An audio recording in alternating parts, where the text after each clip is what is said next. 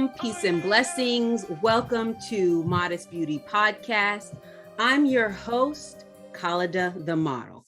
And today's special guest is, give me 1 minute. Hi, my name is Naballah Chi and I am the designer behind the collection Urban Warrior. The inspiration behind my collection was the ideal of practical functionality, comfort, and style. You know, many times we look at fashion and it is stylish, but it's not necessarily always comfortable nor functional. So I really wanted to design a collection that spoke to a balance of comfort, style, and functionality. Initially, my collection was intended to be an all-male collection, but I really enjoyed the idea of sending a unisex collection down the runway. This beautiful Trinidadian and Tobago native came from an environment where her parents designed, cut, sewed, and sold fashion as part of the family's income.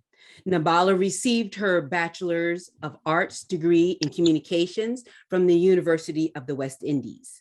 She also studied at the Caribbean Academy of Fashion and Design at the University of Trinidad and Tobago, and had to pause and start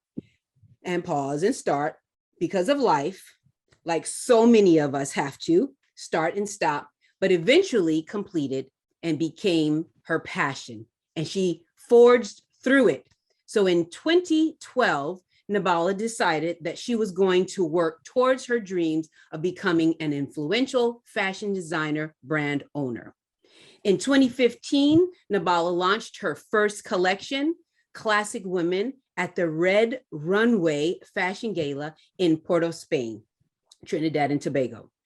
In 2016, she launched her second collection, eponymous collection, which her determination, confidence, zeal, individualism, and courage, she continued climbing up this challenging ladder as a Muslim woman and pushed forward to 2022, where we are now, where she is preparing to launch her website and e-commerce store.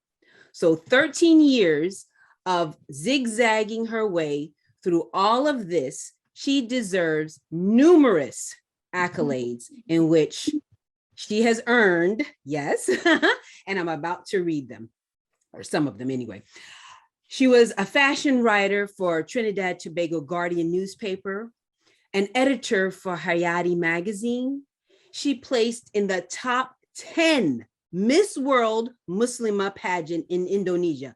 To me, that should be number one. That's an accomplishment in itself for being who we are.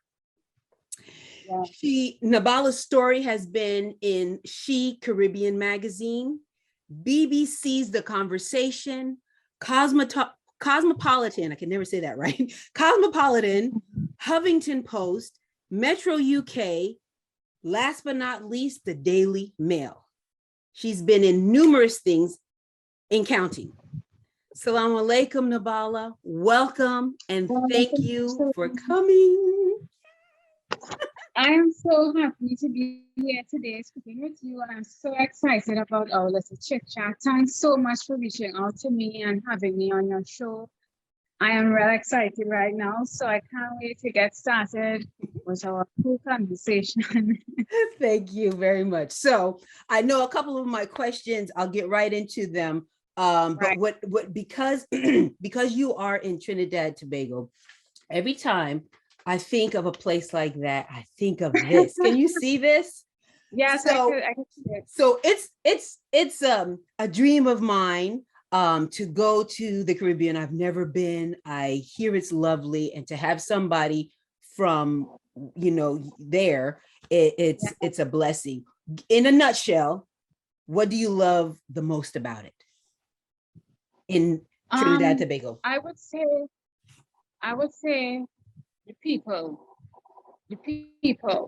The people make the culture, the people make the country. It's just so amazing, the diversity, the richness. We are so passionate. I think the people we make Trinidad and Tobago, and it's my favorite thing about Trinidad and Tobago because sometimes you go some places in Trinidad and you're like, oh my gosh, I didn't even know like you're from Trinidad, or like where in Trinidad are you from? Because we are just so diverse and people just look so different. Like we have this thing here where we say like, he doesn't look like a Trinidadian or she doesn't look like a Trinidadian. And I'm like, when I hear that phrase, I'm like, what does that mean? Like, what does a Trinidadian look like? You understand? So definitely the people make Trinidad and Tobago, and it's my favorite thing about home. Good, nice. And when you mentioned that she doesn't look like Trinidadian, you don't, if I don't speak and I stood next to you, I would look Trinidadian, especially the way we look today. Yes. Viewers, if you can see us, our viewers, first of all, I have her design on my head, and also her, at the time of pandemic, her, or still in pandemic, I guess, her mask as well. So we did not communicate. This is our first time actually meeting. And and we have the same things on. She decided she wanted to wear her pink earrings as well, but I had already put mine on. So I told her, please put your pink earrings on. Because she and I chose my favorite color. So yes, and I love color. So my first question, you're recognized as a fashion stylist, fashion designer, fashion content creator, and style blogger. Which do you prefer as your number one title, and why? Which do you love the best? I would say that being a fashion stylist is what resonates the most with me, because I am known for crafting person's visual aesthetic, not just myself, but for other people. I've worked extensively in the entertainment industry in Trinidad and Tobago with local celebrities. We've done professional photo shoots, I've styled malls, different stores, with the mannequins and all these things. What else have I done? I've done TV, I've done TV shows. So, I mean, everything doesn't go on social media for me, because what you see is just like a little part of my life. But fashion styling is definitely what I do the most in real life. And I think people know me for style, like, how I wear something, that is just like my namesake. And I personally am very drawn to inspiring imagery and very passionate about clothing and self-expression. So being a fashion stylist has to be the number one title that I would resonate with the most. So I guess that answers my next question. How did you get recognized for bringing fashion, style, beauty, modesty, and uniqueness to the table? I guess being just in the area, and you in 2012 deciding that this is what you want to do every single day. Right. You just went out there? Okay, so all of this comes really naturally to me, right? So I'm just going to give you like a backstory of how everything started, a short backstory, right? So I was born into a family where my dad was a designer at one point and my mom was a seamstress. So that's what she did for a living. And, together they made this like really great creative team. So, growing up and seeing my mom on the machine every day, because, that's what she did for a living. She'd sew for people, clothes, uniforms, things like that. And, just seeing her on the machine every day, it made me curious as to, what's going on and things like that. And I think ever since I knew myself, I always wanted to stand out from the crowd, right? So, like, for example, when I knew Eid was coming up, I would be like, I want to do my own dress. I want to stand out. I want to look fancy and stuff. So I just, sketch something and I'd give it to her, because at that time I couldn't sew as yet. Right. So I sketched my little dress and I gave it to her, tell her, well, I want this here, etc., etc., and it was just like a momentum. So I've always been creative. My dad is very artistic. He draws and all of these things. I think one of his most memorable pieces would be a piece of Michael Jackson that he drew. He always had it hung up in his bedroom. Wow. So yes, being born into an artistic family, and then like helps all of a lot. comes really naturally to me. So it's just like me doing my thing, entering university, doing my photo shoots, always want to take pictures and style stuff. I also love creating memories. So if I'm wearing something, or if I'm going somewhere or doing something, I want to take pictures. Like, it has to be a memory for me. Mm-hmm. So, I'm just there doing my thing. Started my blog when I entered university. And I think when I had my blog, it actually started out as a course assignment for I was studying communication studies in university. So doing a blog was part of the coursework, right? Leading up to our thesis and stuff like that.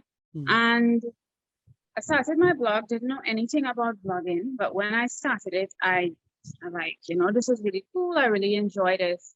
And I think probably about 2 years into my blog, I received an email from a BBC journalist.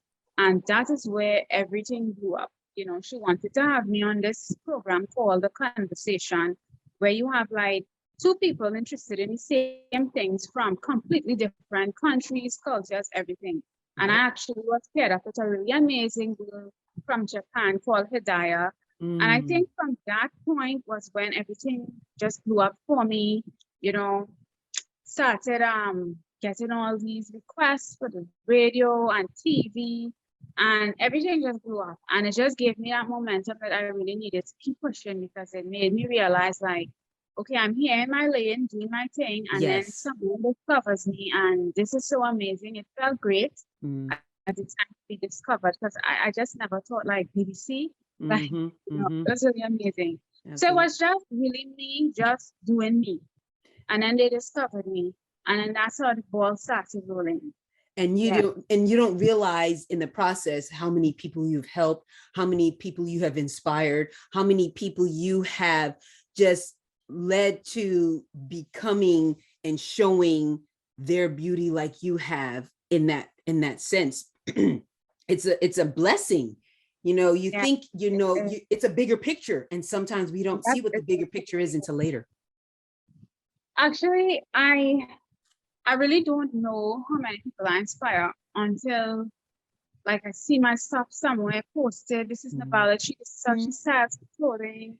I think one of the first times someone ever did that was I took some photos with like a green turtleneck, and I was all covered up and stuff, and they posted me, and they were like, I really love the way she wore this without, showing all the skin and stuff like that. And then people would DM me on Facebook and Instagram and tell me, like, I love you, and how that goes.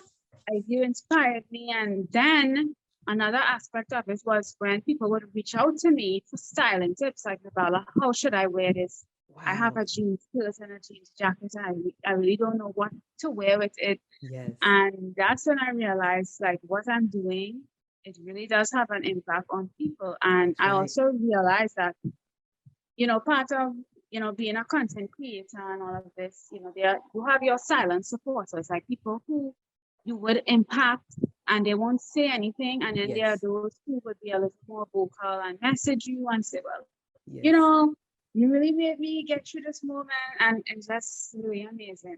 And I think that's one of the ways I think I was introduced to you before the pandemic, actually. And I will show it for my viewers. The listeners, I'm sorry you cannot see unless you join the YouTube, then you can see. But there was a picture, and I didn't even know your name, anything at the time. There was a lady who had this orange, like caftan, I guess, but it was short in the front, long in the back. She had this beautiful headdress that had so many beautiful prints on it, and pants, I think, that matched the headdress. You did send me that picture, but that was the picture actually I remember noticing. And I think that's when I started following you, because I saw that picture. I was like, oh, I like the way this looks. I don't know who this person is, but I like her style. And I started following you then. Then, of course, down the road when the pandemic came, and then you were the first that I saw the matching headdress and mask, right? So I was like, you know what? I have to live this way, and I still have to be cute, because I'm in the industry. I need to be cute. I can't walk around looking crazy. When I saw that, I was like, I got to have that. And I think you and I communicated a little bit back and forth then. And then, lo and behold, this comes up today. I do have another quick question. You were raised Muslim, or you converted to Islam? Yes, I was born into Islam, so I was raised Muslim. Okay. So do you think you were beautiful growing up? And did you find your fashion growing up beautiful and unique? Because like you said, your parents were designers and in the fashion as well. But sometimes, no, you said? Yeah, correct. Oh, okay.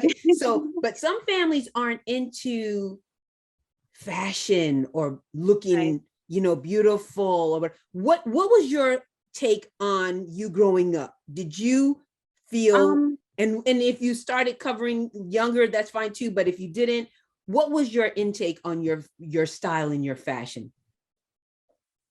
Well, actually, my sister and we started covering from a really young age, like since kindergarten. Oh, You know, wow. my mom had us wearing our little hijabs. It wasn't a full thing, just like a little covering, like what nuns would wear. So it Yes. was like that.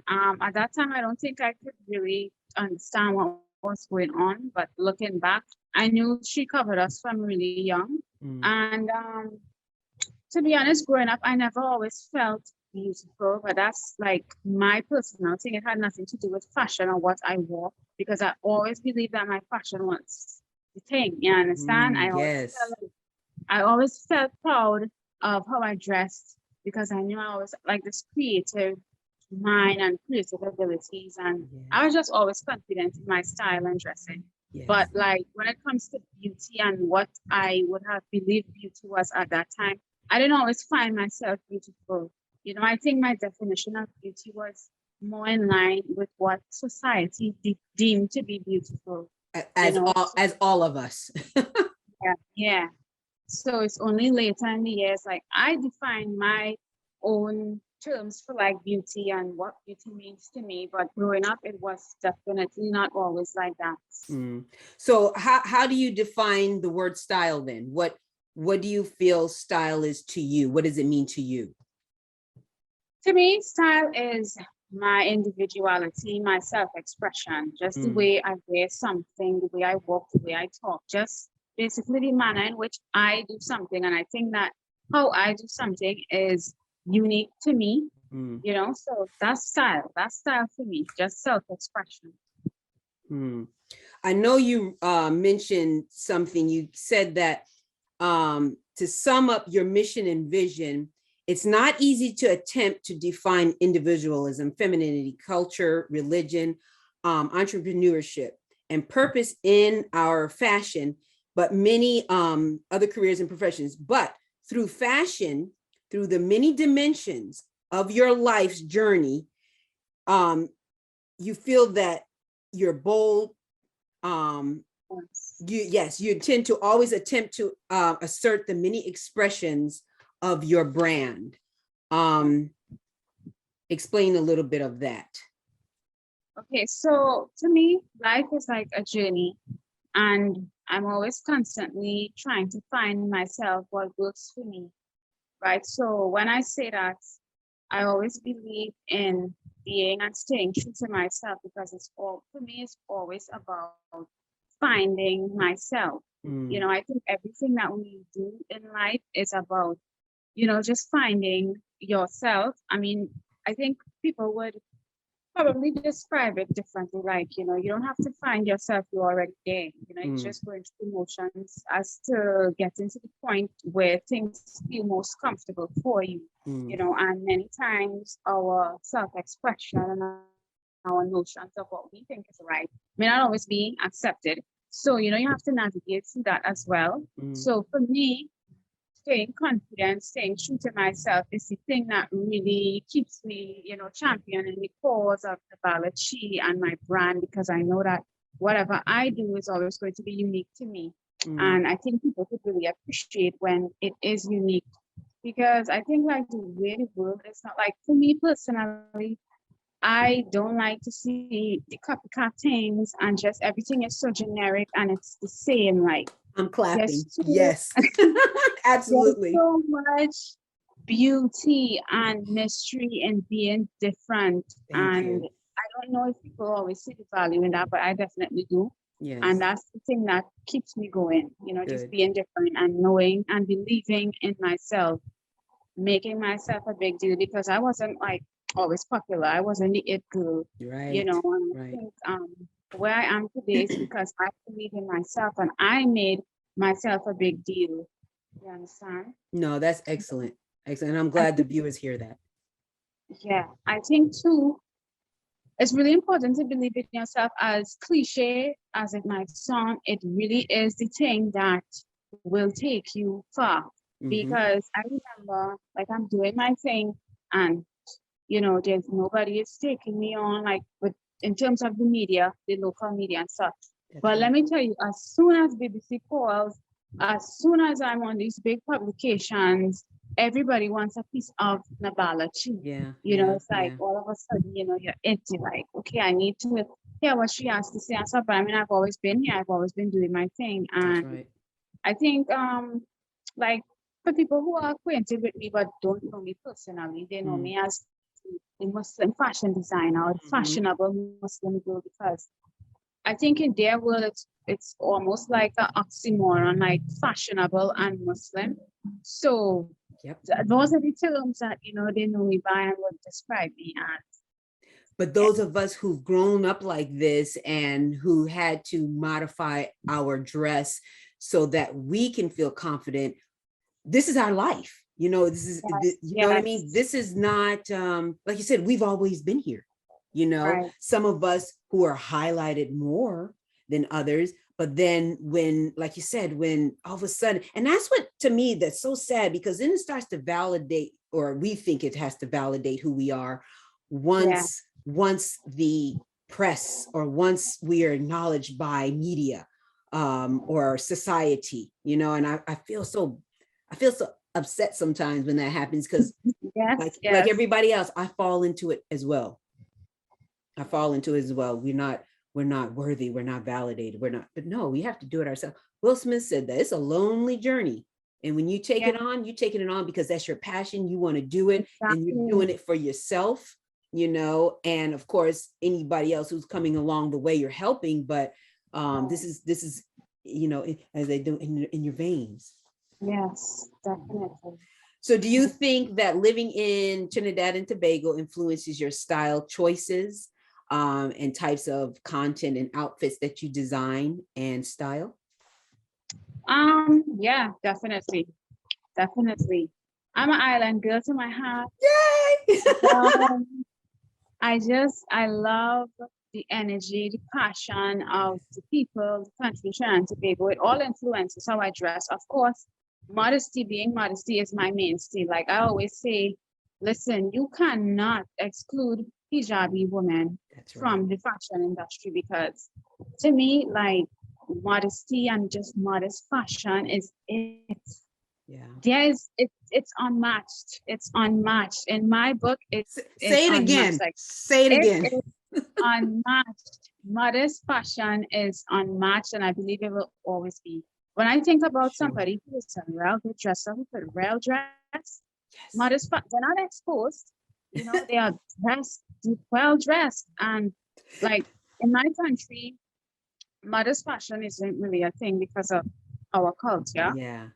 But I mean, like I said, we are so diverse. So, you might find bits of it here and there with different religion, Hinduism, Christianity, etc. And like, it's something that I really hold on to. Mhm. Just colors, energy, the vibrance. Like, we are just so rich. And I am a very culturally grounded Caribbean woman. Mm. So when it comes to the Caribbean, everything that makes up the Caribbean definitely influences how I dress. But like I say, modesty is my mainstay. It's the foundation, and then there's everything else coming in to make that what I like to say as a calorie pot. Just a really amazing mix.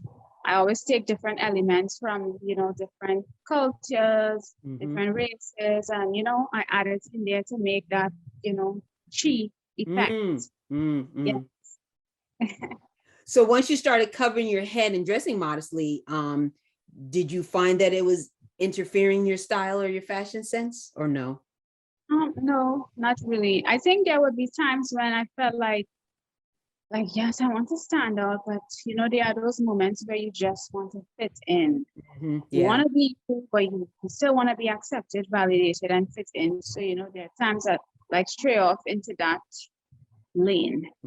But it's not for me. It hasn't worked. It's not my thing. I just need to be who I am in my essence. Like you say, it's in my vein, you know, regardless of what I do. Like I always find myself circling back to one thing, you know, and that's how I know what my purpose is, because it doesn't matter what I do. I'm telling you, just always comes back to this, and this is what people want to see. This is what makes them excited, and it also makes me excited to create and to show them so.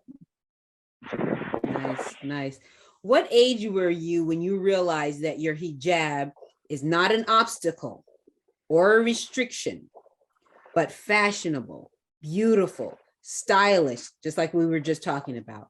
Do you remember what age that was? Or it could be now. Yeah, I think for me, it would be like just experimenting, navigating through all the struggles and the obstacles, and just going back and forth with, you know, how I dress and, you know, what I represent and my religion and all those things. So I think after those trials is when I realized that it's not an obstacle. It's never been an obstacle, but I also acknowledge the fact that I can still accomplish a lot without it if I chose not to wear it. And I think that was kind of like a very touchy statement to make, because I mean, I spoke my truth. I spoke my truth. This is what I think. This is what I believe. And I think people were a bit offended by those statements. I think they misunderstood what I was trying to say, because I'm always pro hijab, you know, and pro modesty, but I don't think people really understood where I was coming from. So I think it would be after those times I realized that, you know, as a hijabi, you could do and be anything. And it's so crazy, because just a few years ago, you thought that I could not get here with my hijab on.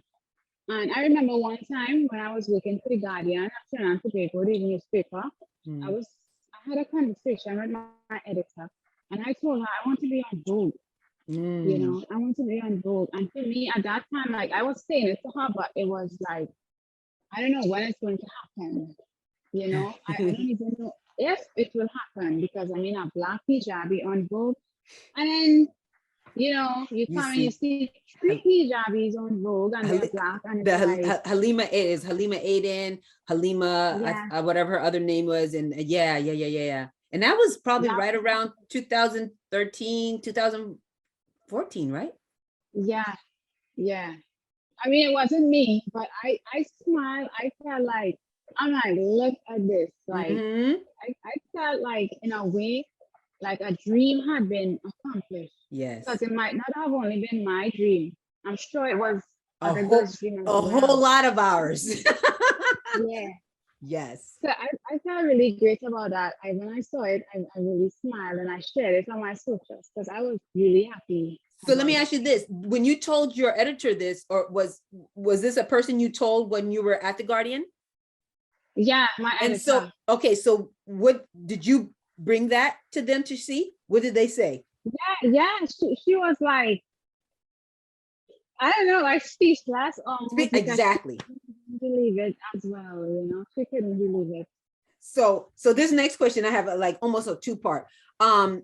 Have you noticed more high-end designers using the headscarf as a form of fashion? You notice runway shows that are using covered models.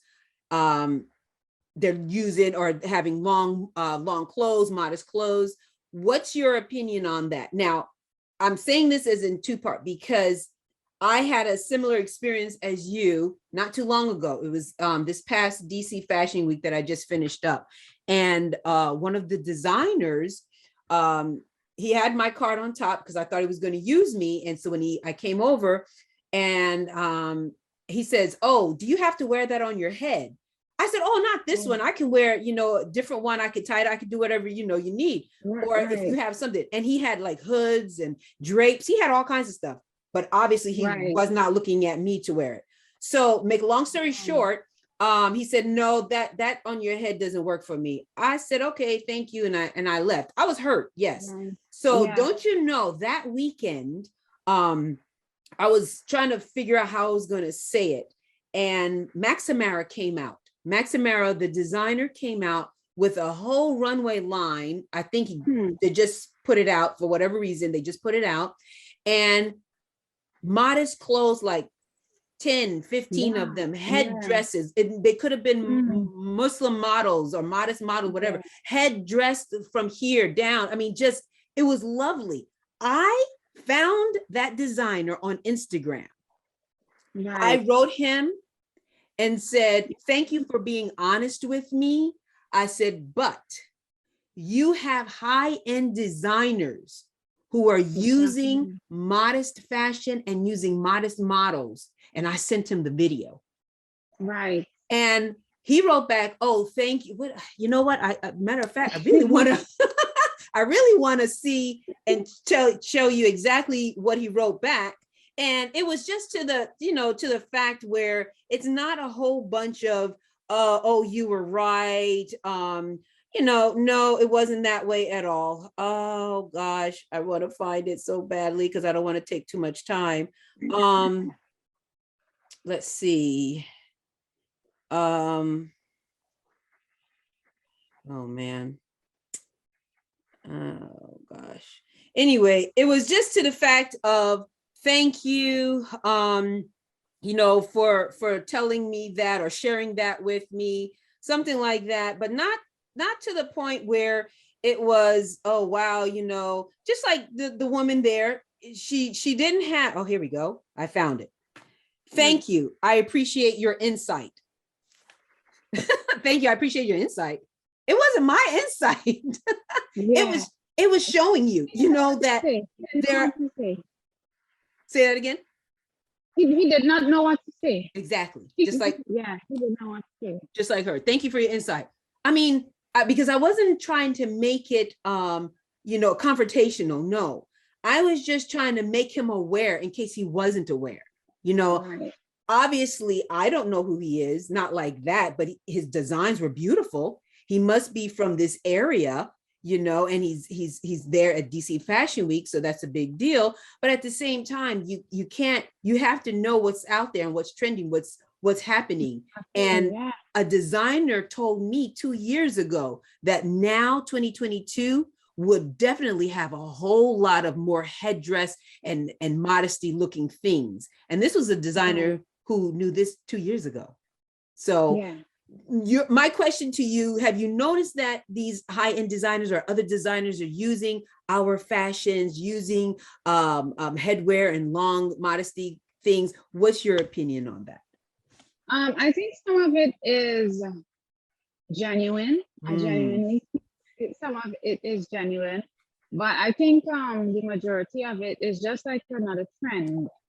Like it's trendy now. Let's include some hijabis and modest fashionistas, just for the buck, just for the dollar. And, they're on again, they're off again. So that's just my opinion on it. And I think I could tell when it's more genuine than when it's not. And so, and that was what my next question was. Do you find it nowadays they're more inclusive, they're just jumping on the bandwagon, like you said, making the big dollar, or is it really genuine? And there are some who are very genuine about it. I think it's more about the money and also who else is doing it, because we've always been here, like we said earlier, we've always been here, we will always be here. Exactly. You just didn't think we were cool enough. You just did not, you just keep fighting us down, because I'm like, okay, you see Kanye West and Julia in France in their headdress, but you have a ban on hijabs in France, but when Kanye and these people do it, it's cool. Yes. Then it's not genuine. It's not genuine then, because it's only cool based on who is doing it. And also when Rihanna does it, I think it's genuine, because Rihanna is like, I love her. She Yeah. is so real. Yes, She's yes. real. And she's from She's real. Barbados, right? Not Trinidad and Yeah, Tobago. Okay. yeah, she's from Barbados. She's Mm, very down to earth. She's very unapologetic. Like, mm, if I'm doing this, then this is what has to be done. And I mm. love that energy about her because that is how you need to be. That's how you need to be in this world where people, they don't agree with your ideas and your ideas and stuff like that. You know, That's she's right. bold. So when she included Halima in her campaign, it was genuine because even down to her makeup line, it has so much inclusivity. I mean, 40 shades of nude. I know. I mean, who else thought of that before? And even if they did think of it, they didn't actually do it, No, you you're know, right. because it wasn't cool. It wasn't cool. Hmm. So I think you definitely can't tell who is genuine and who is not genuine. Hmm. Yeah, you can't fool all the people all the time, as Bob Marley said. You can't fool them all the time. That's right. So you know when it's genuine and when it's not. But you know what's so funny too, because like you said, we've always been here, and Mhm. we're not going anywhere. Um, and my friend and I, we have this saying, you know, like what is considered fashion and style, just like you mentioned a little bit earlier. No clothes is not considered fashion and style. That's Mhm. no clothes is called naked. It's called nude. It's called in you know, birthday suit. I don't know whatever Right. you want to call it, Yeah. right? But we bring something different to the table, and because we are not going anywhere, to me, it's just going to get bigger and better. And also Right. now I feel that all types of modest culture is going to start fusing together and really come out Yeah. with, I mean, to me, Indonesia has great designs. Yeah. Right, Africa, Senegal is up there. I mean, Nigeria, all of these countries are really coming to the surface now because we were stifled so long, you know, Right. and hidden so long, or Yeah. not considered what the standard beauty and Mm-hmm. fashion is, that now we're starting to come out, and they don't know what else to do. So anybody who's listening, I advise you to jump on, not just for the Right. money, but for the inclusivity and diversity, and know Right. that, I mean, we have a multi-billion-dollar industry, fashion industry, Exactly. that we as Exactly. Muslim women shop. Yeah. I definitely think they should tap into it. I mean, for your own sake. And like when you talk about diversity, it's not just like one way of doing things. There's several ways of doing things. And That's it for sure. really is beautiful when you look at the culture and the history of modest fashion and where it has come from, because it's not just a Muslim thing, you know. No, It's modesty in other races, religions, cultures as that's well. right. That's And that's right. what I love about it. That's That's what I right. love about it. Wow. So what's your motivation or inspiration to keep putting content out?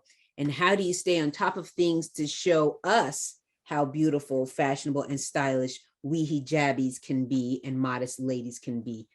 What's your motivation and inspiration? Maybe it's a Just group, maybe it's your sister, maybe it's your, I don't know, it could be anything.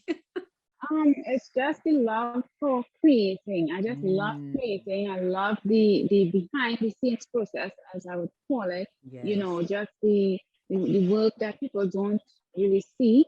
You know, how hard you have to work to get things done and how you have to do it. And sometimes the way you have to do something to get a Mm-hmm. result is not the way that people think it Mm, happens.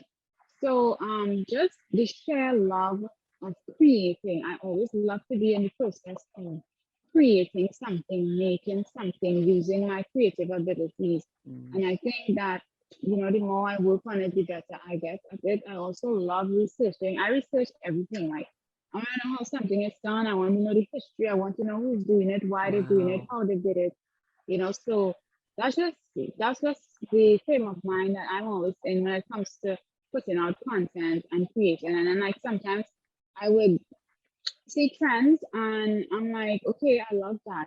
But I don't like the copycat thing. So I'm Mm, like, okay, let me see how I could do this differently or better or just do it my way, you mm-hmm, know. So mm-hmm. that's my process. And it motivates me because like the more I create, the more people tap into it. And I Mhm. realized that, but people need this, they want this. So that's what motivates me. That's nice. That's great because we all need something, and most of the time it is our passion. And if it's our passion, we're just going to be intrinsically motivated. It's just going to come Right. with, natural and within. But then of course there's other outside things that motivate us. And I want to say that it's almost like it reciprocates, or it's a circular, what word am I looking for? Inspirational thing, because you're inspiring us, and by us looking at you, we're inspired. So then now we go and do what we need to do, because we got a dose of inspiration from you, and then you come back and you say, okay, well, this is what they did, let me go and do this now, because now I'm more creative and I'll do this, this, and this. So it is reciprocated back and forth. Yes, One it is. circle. Since you were blessed with learning how to sew, how much easier is it to execute styling ideas and fashionable designs for modest wear? You know how sometimes if you see something out there and you like it or something, but then you're going to modify it a little bit because you know how to sew and because you know how to sketch and design. How I mean, is it easier for you to do that? Yeah, it definitely is, because I mean, I have the ability to create something from nothing, and that's like my favorite part. So when I see something, I usually watch it like that, watch it up and down, and like, how did they do that? If I can't figure it out, I might go like to YouTube and look at a video to see how it was done. That's for it. Like, I really don't have a clue how it was done, because everything. When you take away all the fancy stuff, it's really like a pattern that you're working with. That's Like, right. what A simple pattern? pattern, one simple pattern. Yeah.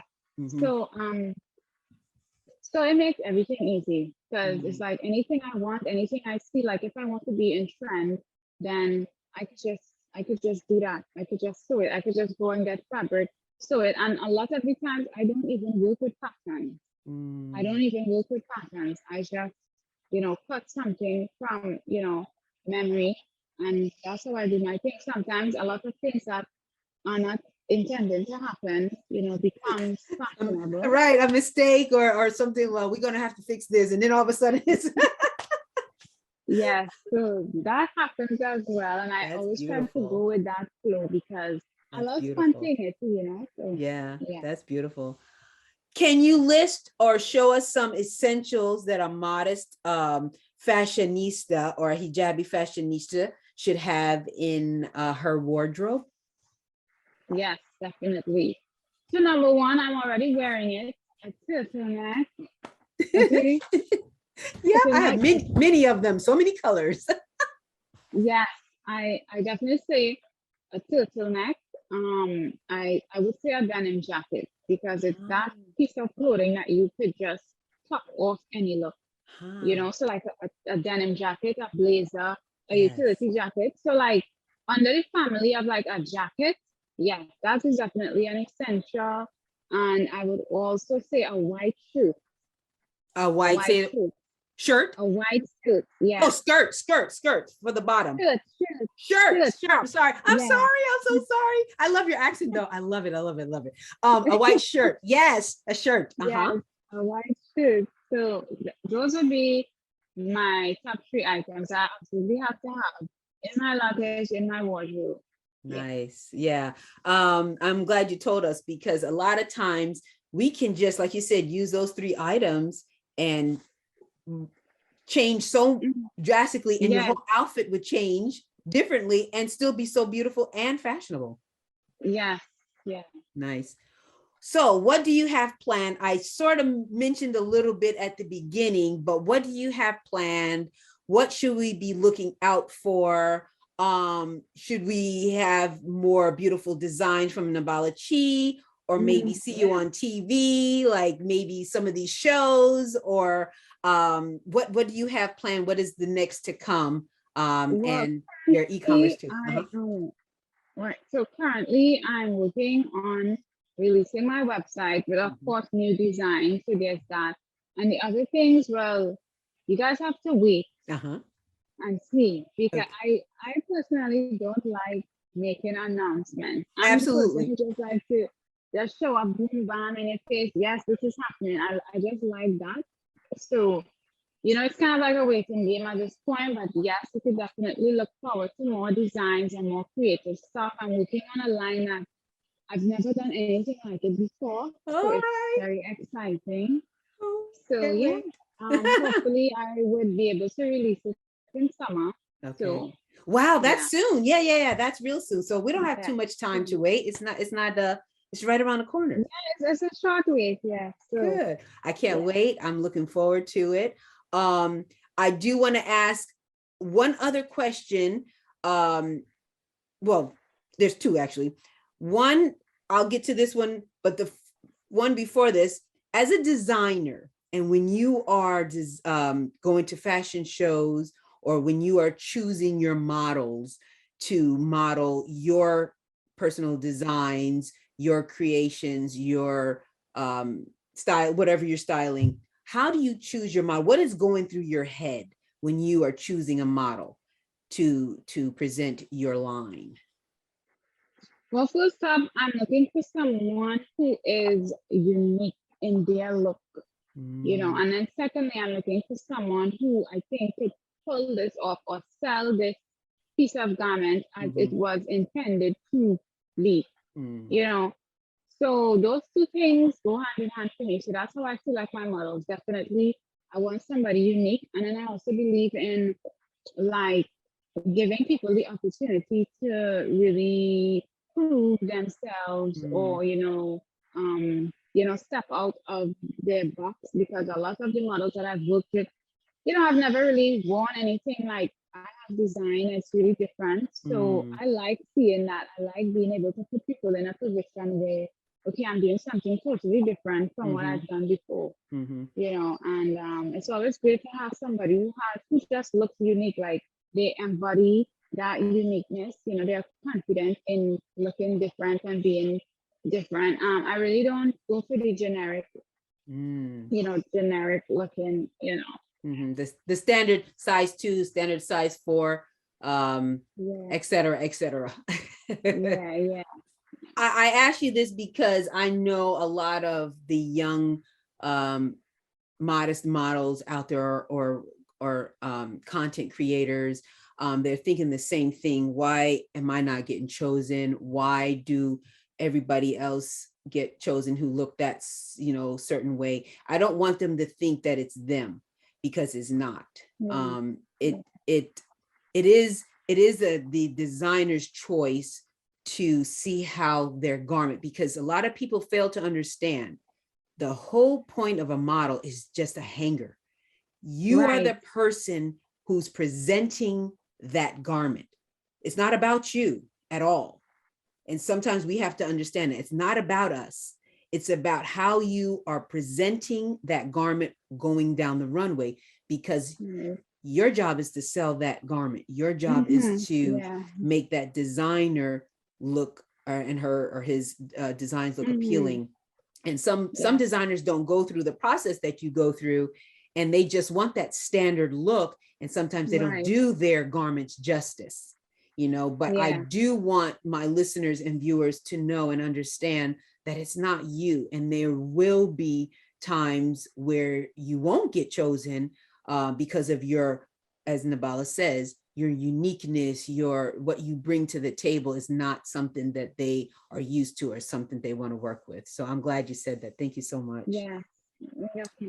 The last question I have is, what advice would you like to leave our listeners and viewers with about being fashionable as a hijabi or a modest dresser?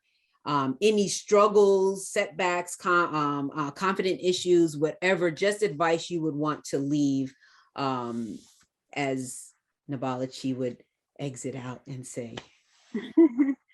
Well, I would say to always remain true to yourself, your aesthetic, what you believe in. And I think something that is really helpful for people to hear is that you are never alone. Mm. Like sometimes you think it's really just me. Like nobody else is going to do. There are so many other people who can relate, and you just really have to be yourself. Because I always believe that you do you, your tribe will gravitate towards you. You know, people will discover you. As when you build community, community is very important. That's right? So you just really need to stay true to yourself and never, ever give up.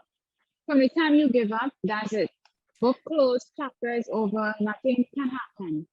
That's for You sure. really have to keep, you have to. Giving up is not an option. If you want to live your purpose, find your destiny, you have to keep going. You have to keep going. You have to keep going. No giving up, and just be confident and true to yourself. That's really what I believe in. That's what I embody, and that's my advice for everybody else out there who's listening or might want to, get into the field of putting out content or fashion designing, or anybody who might just feel like I don't have what it takes. You have to believe in yourself. You have to make you a big deal. That's You right. have to make yourself a big deal. So that's what my words would be. You're your own cheerleader. Well said. That could not have come out any better than from you and how you presented it. So I hope our listeners and viewers take that and run away with it, because that was the best advice you could give. Thank you so much. How can our listeners and viewers follow you? What are your social media handles? Well, Instagram is where I'm at. I'm showing everything on Instagram as much as I can, on my stories, on my feeds, on my reels. So it's just Instagram. It's a one-stop shop. You don't need to go anywhere else. Instagram has everything. Good, thank you. So it's Naballah Chi. That's my Instagram handle, Naballah Chi. And we can order stuff, like I ordered this from online. We can still order from your website once it comes up, or on through Instagram. Yeah. So I would link my website to my Instagram, so you could just shop from Instagram, and everything would be so much convenient and easier. Because I have a lot of clients abroad that I need to cater to, and the website is really for those people. Because like with local customers, I could just always deliver, to their house or to their workplace. It's just a phone call away. But I need my international people to be in the loop as well. So that's why the website is coming. So Thank you. It was a pleasure having you on my podcast. I am so thankful that you joined us. I'm so thankful that you came on and gave us some knowledge and talked with us just about being who you are and your designs and who and what you represent. Thank you to our listeners. Thank you to our viewers. I would like to close out with be fashionable, be trendy, and be modest. Thank you so much.